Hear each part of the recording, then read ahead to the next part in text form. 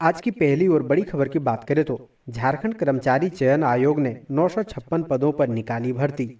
करीब 1.5 लाख तक मिलेगी सैलरी। झारखंड कर्मचारी चयन आयोग ने कई पदों पर भर्तियां निकाली है। ये भर्ती संयुक्त स्नातक स्तर के तहत कुल 956 रिक्त पदों के लिए है। आवेदन की प्रक्रिया 15 जनवरी 2022 से शुरू हो रही है और आवेदन के लिए कैंडिडेट्स को 14 फरवरी 2022 तक का समय मिलेगा। चयन लिखित परीक्षा के आधार पर होगा। बाकी जानकारी के लिए आधिकारिक वेबसाइट पर विजिट करें। आवेदन jssc.nic.in पर जाकर ऑनलाइन किया जा सकता है। भर्ती के तहत सहायक शाखा अधिकारी, ब्लॉक आपूर्ति अधिकारी, जूनियर सचिवालय सहायक और योजना सहायक के पदों को भरा जाएगा। आवेदन शुल्क जमा करने की आखिरी तारीख 16 फरवरी 2022 है। परीक्षा की तिथि जल्द ही घोषित की जाएगी। अगली बड़ी खबर, झारखंड में मैट्रिक इंटर की परीक्षा की तिथि घोषित नहीं होने से अधर में बच्चों का भविष्य। झारखंड एकेडमिक काउंसिल यानी जैक ने अब तक मैट्रिक व इंटर के परीक्षा की तिथि की घोषणा नहीं की है, जिस कारण सूबे के करीब 7.5 लाख बच्चों का भविष्य अधर में लटका हुआ है। जबकि सीबीएसई और आईसीएसई बोर्ड ने 10वीं और 12वीं के पहले चरण की परीक्षा ले ली है। जैक कब तक पहले चरण की परीक्षा लेगा, इसको लेकर कोई जानकारी अब तक नहीं दी गई है। बता दें कि सरकारी विद्यालयों में ऑनलाइन क्लासेस की सुविधा नहीं होने के कारण बच्चे कैसे अपनी पढ़ाई करेंगे और कैसे अपनी परीक्षा देंगे, यह एक प्रश्न चिन्ह है। एक साल में 2 बार बोर्ड की परीक्षा लेने की घोषणा करने वाला जैक पहले चरण की परीक्षा लेने में ही फिसड्डी साबित हो रहा है। एक तो कोरोना काल, दूसरा अध्यक्ष व उपाध्यक्ष का पद 15 सितंबर 2021 से यानी 5 माह से खाली होने से जैक का सारा कार्य ठप पड़ा है। अगली बड़ी खबर की बात करें तो सिमडेगा मॉब लिंचिंग पर राज्यपाल चिंतित, डीजीपी को किया तलब की घटना की निंदा। सिमडेगा में मॉब लिंचिंग, संजू प्रधान नाम के एक व्यक्ति को जिंदा जलाकर मारने की घटना इस समय झारखंड की सबसे हृदय विदारक घटना है।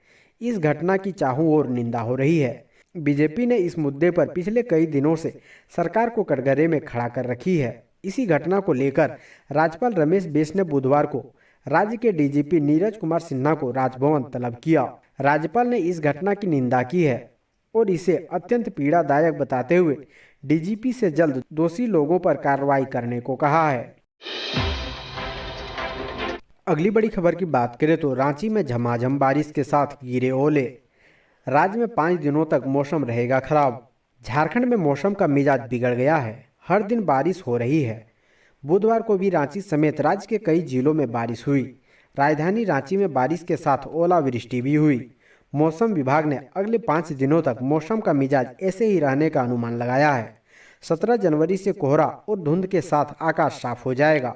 बता दें कि मौसम विभाग ने राज्य में येलो अलर्ट जारी किया है। साथ ही राज्य के गुमला, लोहरदगा, लातेहार, चतरा, गढ़वा, हजारीबाग, पलामू, पाकुड़, साहिबगंज, गोड्डा, खूंटी, रामगढ़ और गिरिडीह जिले में हल्के से मध्यम दर्जे की मेघ गर्जन तथा वज्रपात के साथ बारिश होने की बात कही है। मौसम केंद्र ने 13 जनवरी को राज्य के दक्षिणी भाग यानी पूर्वी और पश्चिमी सिंहभूम, सरायकेला खरसावां और सिमडेगा के अलावा मध्य भाग यानी रांची, बोकारो, गुमला, हजारीबाग, खूंटी व रामगढ़ तथा उत्तरी पूर्वी भाग यानी धनबाद, देवघर, दुमका, गिरिडीह, गोड्डा, जामताड़ा, पाकुड़ और साहिबगंज में हल्के से मध्यम दर्जे की बारिश की संभावना जताई है। इसके अलावा 14 और 15 जनवरी को राज्य के दक्षिणी भाग में हल्के से मध्यम दर्जे की बारिश की संभावना जताई है। इस साल मकर संक्रांति में भी बारिश की संभावना है। वहीं 16 के बाद बारिश से कुछ हद तक राहत मिलेगी, लेकिन 17 जनवरी से सुबह में कोहरा या धुंध के साथ आसमान साफ रहने की उम्मीद है। अगली बड़ी खबर की बात करें तो एसीबी टीम ने लातेहार में जेई और पंचायत सेवक को घूस लेते रंगे हाथ दबोचा। झारखंड की पलामू एसीबी ने लातेहार में बड़ी कार्रवाई की है। यहां के एक जेई यानी कनीय अभियंता और पंचायत सेवक को घूस लेते रंगे हाथ गिरफ्तार किया है। एसपी की यह कार्रवाई चंदवा थाना क्षेत्र के सरोज नगर में हुई है, जिसमें जेई संतोष कुमार और पंचायत सचिव नंद किशोर को 10-10 हजार रूपए रिश्वत लेते गिरफ्तार किया गया है। मिली जानकारी के अनुसार चंदवा प्रखंड क्षेत्र के बोदा पंचायत लाभुक लोग रूपक क्रांति द्वारा 15वीं वित्त आयोग से करीब 2.5 लाख रुपए की लागत से नाली निर्माण कराया गया था, जिसका फाइनल MB कराने के लिए पंचायत सेवक नंद किशोर और JE संतोष कुमार से आग्रह करता रहा, लेकिन पहले काफी टाल मटोल किया और फिर काम के बदले रिश्वत की मांग की। इस मामले को लेकर रूपक क्रांति ने पलामू ACB से संपर्क कर पूरे मामले की लिखित शिकायत की, जिसके बाद ACB ने प्रक्रिया पूरी करते हुए JE और पंचायत सेवक को रंगे हाथ पकड़ने में कामयाब रही। अगली बड़ी खबर की बात करें तो इसी माह JTET की नई नियमावली को मिलेगी कैबिनेट की मंजूरी। साल 2019 में बनी झारखंड शिक्षक पात्रता परीक्षा यानी JTET नियमावली में संशोधन हो चुका है। तैयारी की गई नियमावली को अब कार्मिक के बाद कैबिनेट की मंजूरी मिलनी है। संशोधित नियमावली कार्मिक विभाग के पास है। कार्मिक के एक कैबिनेट अधिकारी ने बताया कि इसी माह इस नई नियमावली को कैबिनेट की मंजूरी मिल सकती है। कोरोना की वजह से सचिवालय में अभी केवल उन्हीं फाइलों को निपटाया जा रहा है जो अनिवार्य कैटेगरी में है। प्राथमिकता वाले कामों की सूची में झारखंड शिक्षक पात्रता परीक्षा नियमावली भी है। बताते चले कि झारखंड शिक्षक पात्रता परीक्षा नियमावली में तीसरी बार संशोधन किया गया है। संशोधन के बाद भाषा के 2 पत्र एक समान अंक का किया गया है। इसके तहत अब उर्दू और अंग्रेजी दोनों भाषा की परीक्षा अब 25-25 अंकों की होगी। इसके अलावा विज्ञान के विभिन्न विषयों में भी एक समान अंक होंगे। साथ ही अब अनुसूचित जाति, अनुसूचित जनजाति व दिव्यांग अभ्यर्थियों के लिए परीक्षा पास करने के लिए 50% अंक लाना अनिवार्य होगा। अन्य वर्ग के लाभार्थियों के पास मार्क्स पहले की तरह ही रहेंगे।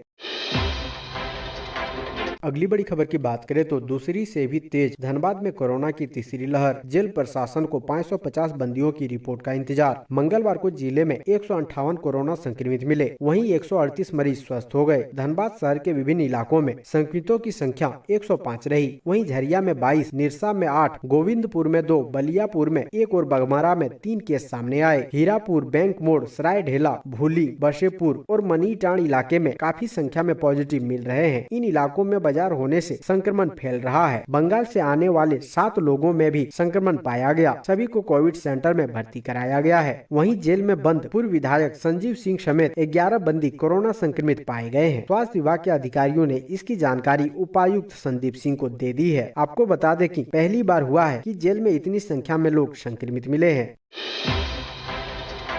अगली बड़ी खबर की बात करें तो देवघर एम्स में शुरू होगी कोविड हेल्पलाइन सेवा। इन नंबरों पर मिलेगा चिकित्सीय परामर्श। देश में कोरोना की तीसरी लहर उठ गई है। झारखंड में भी तेजी से मरीज मिल रहे हैं। इसे देखते हुए रिम्स देवघर ने एक बार फिर से कोरोना मरीजों की सेवा के लिए कोविड टेलीमेडिसिन हेल्पलाइन सेवा प्रारंभ करने का निर्णय लिया है। 13 जनवरी गुरुवार से यह सेवा शुरू होगी। इसके लिए फोन नंबर 9031 68 19 61 एवं 9031 68 19 62 जारी किए गए हैं। इन नंबरों पर फोन पर कोरोना के मरीज चिकित्सीय परामर्श ले सकते हैं। यह सेवा प्रातः 9 बजे से शाम 4 बजे तक उपलब्ध होगी। अगली बड़ी खबर की बात करें तो थानेदार सुसाइड केस। वसूली को लेकर दबाव बनाते थे SP, जाने खुदकुशी की वजह। झारखंड के पलामू में थानेदार द्वारा की गई खुदकुशी का मामला उलझता ही जा रहा है। अपने बेटे को गंवाने वाले परिवार ने आत्महत्या की इस घटना को लेकर SP, DTO सहित अन्य अफसरों पर संगीन आरोप लगाए हैं। पलामू के नवाब बाजार के पूर्व थाना प्रभारी लालजी यादव के आत्महत्या की घटना के बाद शव का पोस्टमार्टम कराया गया, लेकिन उनके परिजन नाखुश हैं। लालजी यादव के परिजनों ने इस मामले में पलामू के SP, DTO और विश्रामपुर के DSP पर गंभीर आरोप लगाए हैं। लालजी यादव की मौत के कारण माहौल तनावग्रस्त बना हुआ है। पोस्टमार्टम के दौरान शहर के थाना प्रभारी द्वारा मृतक के परिजनों के साथ धक्का मुक्की भी की गई है। परिजनों का आरोप है कि उनकी जानकारी के बिना ही पोस्टमार्टम कर दिया गया है। लालजी यादव के परिजनों का आरोप है कि पलामू DTO द्वारा थाना प्रभारी रहे लालजी यादव से अवैध वसूली करने को कहा गया था। वसूली नहीं करने पर DTO ने इसकी शिकायत DSP से की थी और फिर SP ने मिलकर ही थाना प्रभारी को निलंबित किया था। लालजी के परिजनों ने बताया कि सस्पेंड होने के कारण वो लगातार तनाव में रहते थे और आखिरकार उन्होंने आत्महत्या कर ली। फिलहाल लालजी यादव का शव पलामू से उनके पैतृक घर साहिबगंज भेज दिया गया है।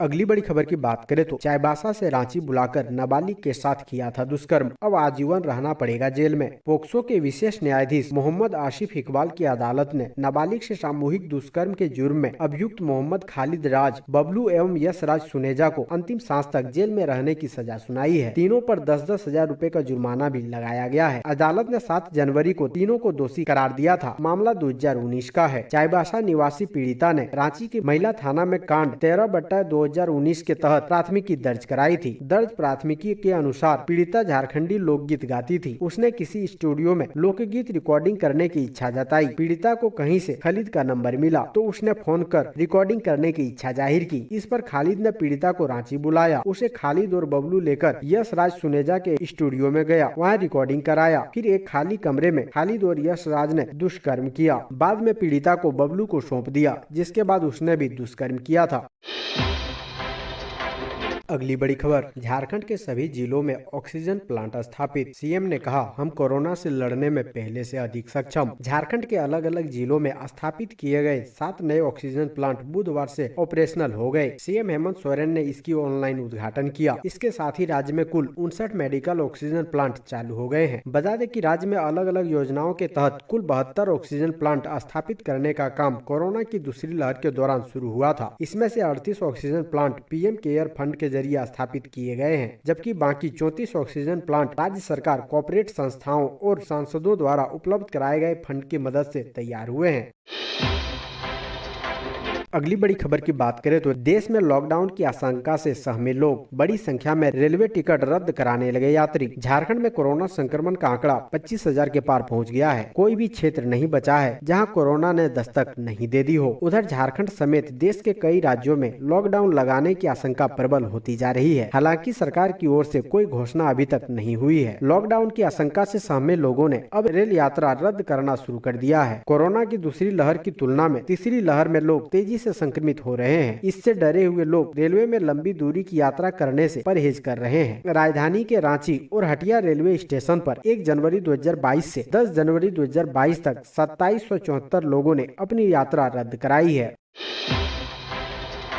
अगली बड़ी खबर की बात करें तो सरयू राय ने हेमंत सरकार पर बोला हमला। झारखंड के सीएम हेमंत को पत्र लिखकर भ्रष्टाचार के मामले में कार्रवाई नहीं करने का लगाया आरोप, कोर्ट जाने की दी चेतावनी। झारखंड में हेमंत सोरेन की सरकार ने अपने कार्यकाल का 2 साल पूरा कर लिया है। इस बीच राज्य के फायर ब्रांड माने जाने वाले नेता और विधायक सरयू राय ने हेमंत सरकार पर भ्रष्टाचार को लेकर हमला बोला है। इस संबंध में सरयू राय ने मुख्यमंत्री हेमंत सोरेन को पत्र लिखकर कई गंभीर आरोप लगाए हैं। सरयू राय ने हेमंत को लिखे अपने पत्र में लिखा है कि आपके नेतृत्व में झारखंड सरकार बने 2 वर्ष हो गए। इस अवधि में मैंने भ्रष्टाचार के कतिपय गंभीर मुद्दों के बारे में ठोस प्रमाण देकर आपको अवगत कराया है। आरंभ में आपने इनका संज्ञान लिया। सरयू राय ने लिखा है कि पता नहीं क्यों सरकार इस मामले में ढुलमुल रवैया अपना रही है। सरकार की सुस्ती के कारण गंभीर अपराध करने वालों का मनोबल बढ़ा है। वे जेल जाने का इंतजार करने की बात कहते हुए खुलेआम कानून को चुनौती दे रहे हैं। अनुरोध है भ्रष्टाचार के इन ज्वलंत मामलों पर और ऐसे अन्य मामलों पर अविलंब कार्रवाई करें। ऐसी नौबत न आए कि जो कार्रवाई सरकार को करनी चाहिए उनके लिए हमें न्यायालय का दरवाजा खटखटाने के लिए मजबूर होना पड़े। अगली बड़ी खबर की बात करें तो शिक्षकों को खास वजह से है डर। झारखंड शिक्षा परियोजना के इस आदेश पर उठाए सवाल। तेजी से बढ़ते कोरोना संक्रमण के बीच बाल पंजी निर्माण हेतु विद्यालय पोशाक क्षेत्र के अंतर्गत सभी घरों का घर घर जाकर सर्वे करने का अखिल झारखंड प्राथमिक शिक्षक संघ ने कड़ा विरोध करते हुए इसे कोरोना का संक्रमण और अधिक बढ़ाने वाला कार्य कहा है। ज्ञात हो कि राज्य परियोजना निदेशक झारखंड शिक्षा परियोजना रांची द्वारा बाल पंजी निर्माण हेतु सभी शिक्षकों को घर घर जाकर सर्वे करने का निर्देश दिया गया है। इस सर्वे में बच्चों के माता पिता सहित 6 से 18 आयु वर्ग के सभी बच्चों का विभिन्न बिंदुओं पर सर्वे किया जाना है। इसके साथ ही सर्वे के उपरांत विभिन्न बिंदुओं पर प्राप्त डाटा को शिक्षक द्वारा अपने मोबाइल में डहर ऐप डाउनलोड कर उक्त ऐप में ऑनलाइन एंट्री किया जाना है। संघ ने कहा है कि वर्तमान में कोरोना के नए वेरिएंट ओमिक्रॉन के तेजी से बढ़ते संक्रमण तथा प्रतिदिन संक्रमित लोगों की बढ़ती संख्या के मद्देनजर उक्त सर्वे कार्य से शिक्षकों और अन्य लोगों में संक्रमण फैलने का खतरा बढ़ सकता है। सर्वे के दौरान संक्रमण फैलने के डर से क्षेत्र के निवासियों के असहयोग या कोपभाजन का भी शिकार शिक्षकों को होना पड़ सकता है। अगली बड़ी खबर, ओमिक्रॉन के बाद अब एक और नया वेरिएंट डेल्टा क्रॉन आया सामने, मचा सकती है तबाही। कोरोना के नए वेरिएंट सामने आने के बाद वैज्ञानिकों के भी होश उड़े हुए हैं। डेल्टा के बाद अभी ओमिक्रॉन गया भी नहीं कि एक और नए वेरिएंट सामने आ गया है। यह खबर साइप्रस से आई है। इससे विश्व भर में हड़कंप मच गया है। एक के बाद एक वेरिएंट सामने आने के बाद महामारी की आशंकाएं गहराती जा रही है। ओमिक्रॉन अब तक का सबसे तेजी से फैलने वाला कोरोना वेरिएंट बताया गया है, जबकि डेल्टा ने पिछले साल कई देशों में कहर बरपाया था। ऐसे में इनके मिले जुले नए वेरिएंट के क्या क्या खतरे होंगे, इसका अनुमान लगाया जा रहा है। साइप्रस के एक शोधार्थी ने इस नए स्ट्रेन का पता लगाया है, जिसमें ओमिक्रॉन और डेल्टा वेरिएंट का सम्मिलित रूप होने का दावा किया गया है। वैज्ञानिकों के अनुसार अगर ऐसा है तो यह नया वेरिएंट और भी खतरनाक हो सकता है और विश्व भर में तबाही मचा सकता है। अभी तक जितने भी वेरिएंट सामने आए हैं सभी खतरनाक साबित हो रहा है। अगली बड़ी खबर की बात करें तो 18 साल से कम व 60 साल से अधिक उम्र के लोग नहीं देख सकेंगे झारखंड में गणतंत्र दिवस की परेड, गाइडलाइन जारी। कोरोना के मद्देनजर 18 से कम व 60 साल से अधिक उम्र के लोग इस बार गणतंत्र दिवस पर होने वाले परेड व झांकी नहीं देख सकेंगे। राज्य सरकार की ओर से प्राप्त दिशा निर्देश के अनुसार समारोह में इनकी उपस्थिति पर रोक लगाई गई है। मंगलवार को समारोह की तैयारियों को लेकर डीसी छवि रंजन की अध्यक्षता में वर्चुअल बैठक हुई। बैठक में डीसी ने अधिकारियों को समारोह की तैयारी कोरोना गाइडलाइन के अनुरूप करने का निर्देश दिया। बैठक में पीएचईडी के अभियंताओं को वीआईपी टॉयलेट की व्यवस्था करने तथा पथ निर्माण प्रमंडल को मोरहाबादी की ओर आने वाली सड़कों की मरम्मत करने का आदेश दिया गया है। भवन प्रमंडल के अभियंताओं को आगंतुकों के लिए गैलरी, आयोजन स्थल पर बैरिकेटिंग, स्टेज व साउंड बॉक्स के लिए टावर का निर्माण करने का निर्देश दिया गया।